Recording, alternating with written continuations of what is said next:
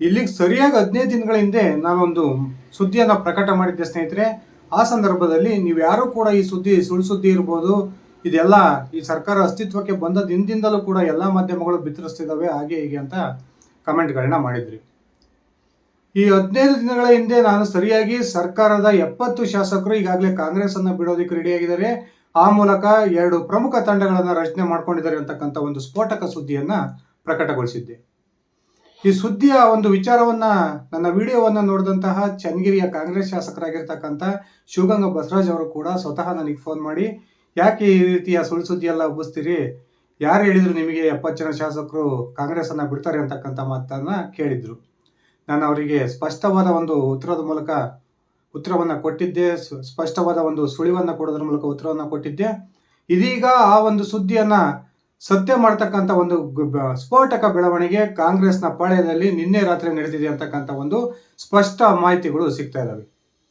ಹೌದು ಸ್ನೇಹಿತರೆ, ಈಗಾಗಲೇ ಬೆಂಗಳೂರಿನ 2 ಪ್ರಭಾವಿ ಶಾಸಕರು ಮೊನ್ನೆ ತಾನೇ ಬೆಂಗಳೂರಿನಲ್ಲಿ HD ಕುಮಾರಸ್ವಾಮಿ ಅವರನ್ನ ಭೇಟಿ ಮಾಡಿ, ನಾವು ಹಳೆ ಮೈಸೂರು ಭಾಗದ 30 ಶಾಸಕರು ನಿಮ್ಮೊಂದಿಗೆ ಕೈ ಜೋಡಿಸೋದಕ್ಕೆ ರೆಡಿ ಇದ್ದೀವಿ, ಇನ್ನೊಂದು ವಾರದಲ್ಲಿ ನಾವು ಮೀಟಿಂಗ್ ಅನ್ನ ಮಾಡ್ತೀವಿ, ಅಷ್ಟರೊಳಗೆ ನಿಮ್ಮ ನಿರ್ಧಾರವನ್ನು ತಿಳಿಸ್ರಿ ಅಂತಕ್ಕಂಥ ಮಾತನ್ನ ಹೇಳಿದ್ರು ಅಂತಕ್ಕಂಥ ಒಂದು ಸುದ್ದಿಯನ್ನ ನಾನು ಪ್ರಕಟ ಮಾಡಿದ್ದೆ.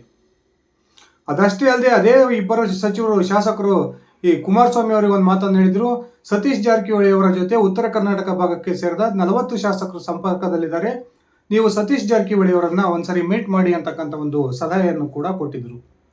ಅದಾದ ನಂತರ HD ಕುಮಾರಸ್ವಾಮಿ ಮತ್ತು ಸತೀಶ್ ಜಾರಕಿಹೊಳಿ ಅವರು ದೆಹಲಿಯಲ್ಲಿ ಒಂದು ರಹಸ್ಯ ಸ್ಥಳದಲ್ಲಿ 1.5 ಗಂಟೆಗೂ ಹೆಚ್ಚು ಕಾಲ ಮೀಟಿಂಗ್ ಅನ್ನ ಮಾಡಿದ್ರು ಅನ್ನೋ ಸುದ್ದಿಯನ್ನು ಕೂಡ ನಾನು ಪ್ರಕಟ ಮಾಡಿದ್ದೆ. ಇದೀಗ ನಾನು ಕಳೆದ 15 ದಿನಗಳ ಹಿಂದೆ ಪ್ರಕಟ ಮಾಡಿದ್ದಂತಹ ಈ ಕಾಂಗ್ರೆಸ್ಗೆ ಸಂಬಂಧಪಟ್ಟಂತ 70 ಶಾಸಕರ ಮಹಾಸುದ್ದಿ ಅಂತಕ್ಕಂಥ ಒಂದು ಹೆಡ್ಡಿಂಗ್ ಅಡಿಯಲ್ಲಿ ನಾನು ಒಂದು ಸುದ್ದಿಯನ್ನು ಪ್ರಕಟ ಮಾಡಿದ್ದೆ. ಸುಮಾರು 70 ಶಾಸಕರು ಈಗಾಗಲೇ ಪಕ್ಷದಲ್ಲಿ ಮುನಿಸಿಕೊಂಡು ಕಾಂಗ್ರೆಸ್ ಅನ್ನ ತೊರೆಯ ಸಿದ್ಧತೆಯಲ್ಲಿ ತೊಡಕೊಂಡಿದ್ದಾರೆ ಅಂತಕ್ಕಂಥ ಒಂದು ಮಹಾಸುದ್ದಿಯನ್ನು ಸ್ಫೋಟ ಮಾಡಿದ್ದೆ.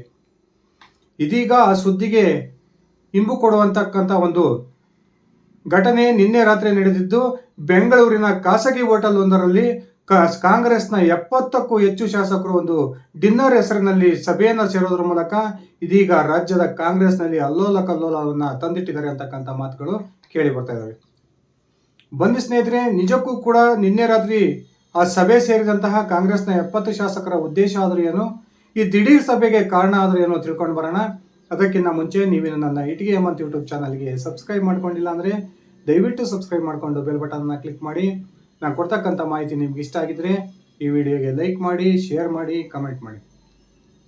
ಸ್ನೇಹಿತರೆ, ಕಾಂಗ್ರೆಸ್ನಲ್ಲಿ ಎಲ್ಲವೂ ಕೂಡ ಸರಿಯಾಗಿಲ್ಲ. ಇದು ಸರ್ಕಾರ ಅಸ್ತಿತ್ವಕ್ಕೆ ಬಂದ ದಿನದಿಂದಲೂ ಕೂಡ ಪದೇ ಪದೇ ಒಂದಿಲ್ಲ ಒಂದು ಬೆಳವಣಿಗೆಗಳು ಕಾಂಗ್ರೆಸ್ನಲ್ಲಿ ನಡೀತಾ ಇದ್ದು, ಈ ಸರ್ಕಾರ ಹೆಚ್ಚು ದಿನ ಇರೋದಿಲ್ಲ ಅಂತಕ್ಕಂಥ ಸುದ್ದಿಯನ್ನ ಕರ್ನಾಟಕದ ಎಲ್ಲಾ ಮಾಧ್ಯಮಗಳು ಕೂಡ ಪ್ರಕಟ ಮಾಡ್ತಾನೆ ಬಂದಿದ್ದಾವೆ. ಇನ್ನೊಂದು ಕಡೆ ಗೋವಾದ ಮುಖ್ಯಮಂತ್ರಿ ಪ್ರಮೋದ್ ಸಾವಂತ್ ಬಂದು ಹೇಳ್ತಾರೆ, ಈ ಸರ್ಕಾರ ಹೆಚ್ಚು ದಿನ ಉಳಿಯೋದಿಲ್ಲ, ರಾಜ್ಯದಲ್ಲಿ ಬಹುದೊಡ್ಡ ಮಟ್ಟದ ಆಪರೇಷನ್ ಕಮಲ ಆಗುತ್ತೆ, ಆ ಮೂಲಕ ರಾಜ್ಯದಲ್ಲಿ ಬಿಜೆಪಿ ಸರ್ಕಾರ ಅಸ್ತಿತ್ವಕ್ಕೆ ಬರುತ್ತೆ ಅಂತಕ್ಕಂಥ ಮಾತನ್ನ ಲೋಕಸಭಾ ಚುನಾವಣೆಯ ಪ್ರಚಾರಕ್ಕೆ ಬಂದಂತ ಸಂದರ್ಭದಲ್ಲಿ ಗೋವಾದ ಮುಖ್ಯಮಂತ್ರಿ ಪ್ರಮೋದ್ ಸಾವಂತ್ ಅವರು ಹೇಳಿದ್ದನ್ನು ನಾವು ಕೇಳಿಸ್ಕೊಂಡಿದ್ವಿ. ಅದಾದ ನಂತರ ಏಕನಾಥ್ ಶಿಂದೆ ಕೂಡ ಒಂದು ಬಹುದೊಡ್ಡ ಬಾಂಬನ್ನು ಹಾಕಿದ್ರು. ರಾಜ್ಯದಲ್ಲಿ ನಾಥ ಮಾದರಿಯ ಒಂದು ಆಪರೇಷನ್ ಕಮಲಕ್ಕೆ ಬಿಜೆಪಿ ಹೈಕಮಾಂಡ್ ಸಿದ್ಧತೆಯನ್ನ ಮಾಡಿಕೊಂಡಿದೆ, ಶೀಘ್ರವೇ ರಾಜ್ಯದಲ್ಲಿ ಕಾಂಗ್ರೆಸ್ನ ಸರ್ಕಾರ ಪತನವಾಗುತ್ತೆ ಅಂತಕ್ಕಂಥದ್ದು.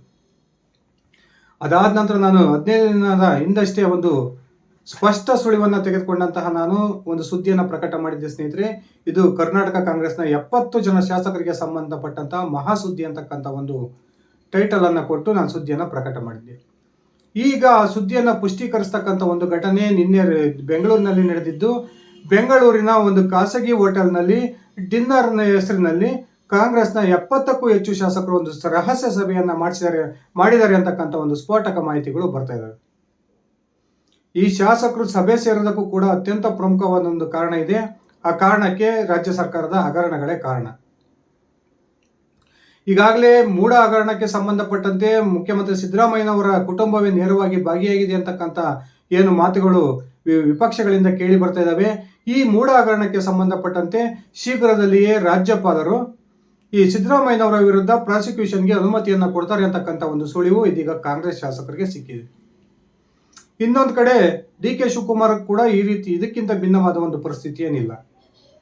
ಮನಿ ಲಾಂಡ್ರಿಂಗ್ ಕೇಸಿಗೆ ಸಂಬಂಧಪಟ್ಟಂತೆ ಈ CBI ಸಲ್ಲಿಸಿರ್ತಕ್ಕಂಥ FIR ಅನ್ನ ರದ್ದು ಮಾಡಬೇಕು ಅಂತಕ್ಕಂಥ ಕೋರಿ ಏನು ಡಿ ಕೆ ಶಿವಕುಮಾರ್ ಅವರು ಸುಪ್ರೀಂ ಕೋರ್ಟಿಗೆ ತನ್ನ ಜಾಮೀನು ಅರ್ಜಿಯನ್ನು ಸಲ್ಲಿಸಿದ್ರು. ಆ ಅರ್ಜಿ ಇದೀಗ ವಜಾಗೊಂಡಿದ್ದು, ಯಾವ ಕ್ಷಣದಲ್ಲಿ ಬೇಕಾದರೂ CBI ಮತ್ತೊಮ್ಮೆ ಡಿ ಕೆ ಶಿವಕುಮಾರ್ ಅವರನ್ನ ಒಂದು ವಿಚಾರಣೆಗೆ ಒಳಪಡಿಸಬಹುದು ಅಂತಕ್ಕಂಥ ಮಾಹಿತಿಗಳು ಲಭ್ಯವಾಗ್ತಿದ್ದಾವೆ. ಬಹುತೇಕ ಅಧಿವೇಶನದ ನಂತರ ಡಿ ಕೆ ಶಿವಕುಮಾರ್ ಮತ್ತೊಮ್ಮೆ CBIನ ಬಂಧನಕ್ಕೊಳಗಾಗ್ತಾರೆ ಅಂತಕ್ಕಂಥ ಒಂದು ಮಾಹಿತಿಗಳು ಸಿಗ್ತಾ ಇರತಕ್ಕಂಥ ಈ ಸಂದರ್ಭದಲ್ಲಿ ಕಾಂಗ್ರೆಸ್ನ 70 ಶಾಸಕರು, ಅಂದ್ರೆ ಈ 70 ಶಾಸಕರು ಕೂಡ ಸಿದ್ದರಾಮಯ್ಯ ಬಣದವರು ಅಲ್ಲ, ಡಿ ಕೆ ಶಿವಕುಮಾರ್ ಬಣದವರು ಅಲ್ಲ.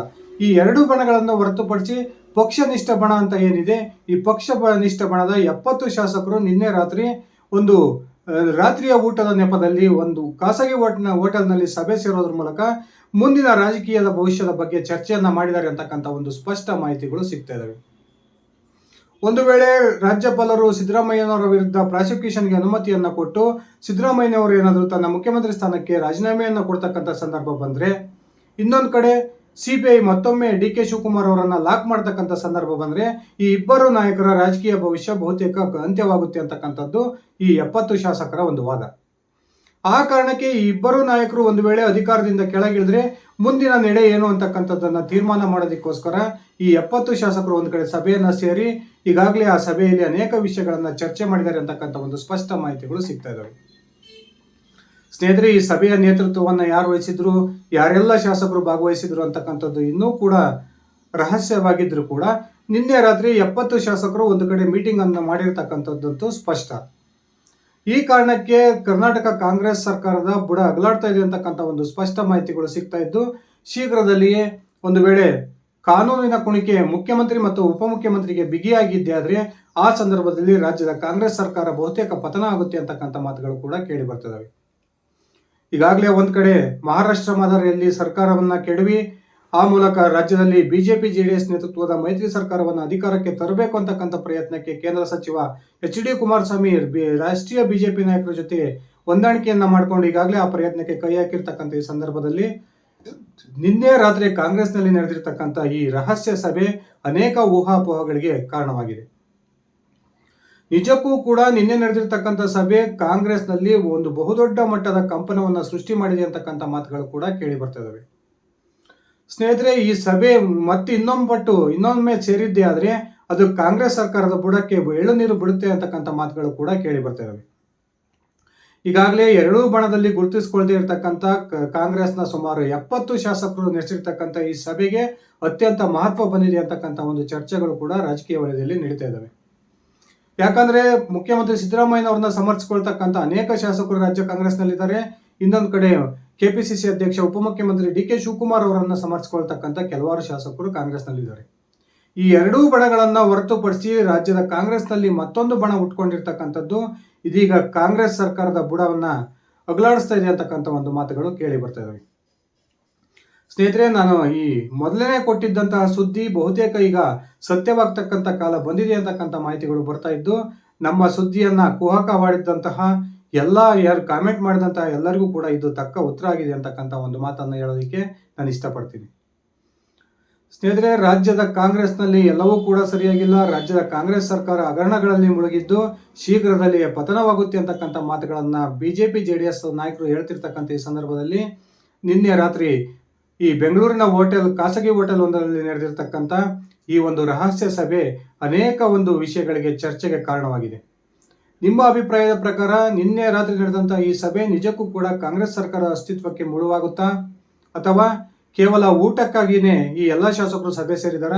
ನಿಮ್ಮ ವೈಯಕ್ತಿಕ ಅಭಿಪ್ರಾಯ ಏನಿದೆ ದಯವಿಟ್ಟು ಕಮೆಂಟ್ ಮಾಡಿ ಸ್ನೇಹಿತರೆ. ಇದು ಇಷ್ಟ ಆಗಿತ್ತು ನನ್ನ ಇವತ್ತಿನ ಈ ವಿಡಿಯೋ. ನಾನು ಕೊಟ್ಟಿರ್ತಕ್ಕಂಥ ಮಾಹಿತಿ ನಿಮ್ಗೆ ಇಷ್ಟ ಆಗಿದ್ರೆ ಈ ವಿಡಿಯೋಗೆ ಲೈಕ್ ಮಾಡಿ, ಶೇರ್ ಮಾಡಿ, ಕಮೆಂಟ್ ಮಾಡಿ. ನೀವು ನನ್ನ ಇಟ್ಟಿಗೆ ಹೇಮಂತ್ ಯೂಟ್ಯೂಬ್ ಚಾನಲ್ಗೆ ಸಬ್ಸ್ಕ್ರೈಬ್ ಮಾಡ್ಕೊಂಡಿಲ್ಲ ಅಂದರೆ ದಯವಿಟ್ಟು ಸಬ್ಸ್ಕ್ರೈಬ್ ಮಾಡಿಕೊಂಡು ಬೆಲ್ ಬಟನ್ನ ಪ್ರೆಸ್ ಮಾಡಿ. ಅದೇ ರೀತಿ ನನ್ನ ಇಟ್ಟಿಗೆ ಹೇಮಂತ್ ಫೇಸ್ಬುಕ್ ಪೇಜನ್ನು ಫಾಲೋ ಮಾಡಿ. ಧನ್ಯವಾದಗಳು ಸ್ನೇಹಿತರೆ, ಶುಭ ದಿನ.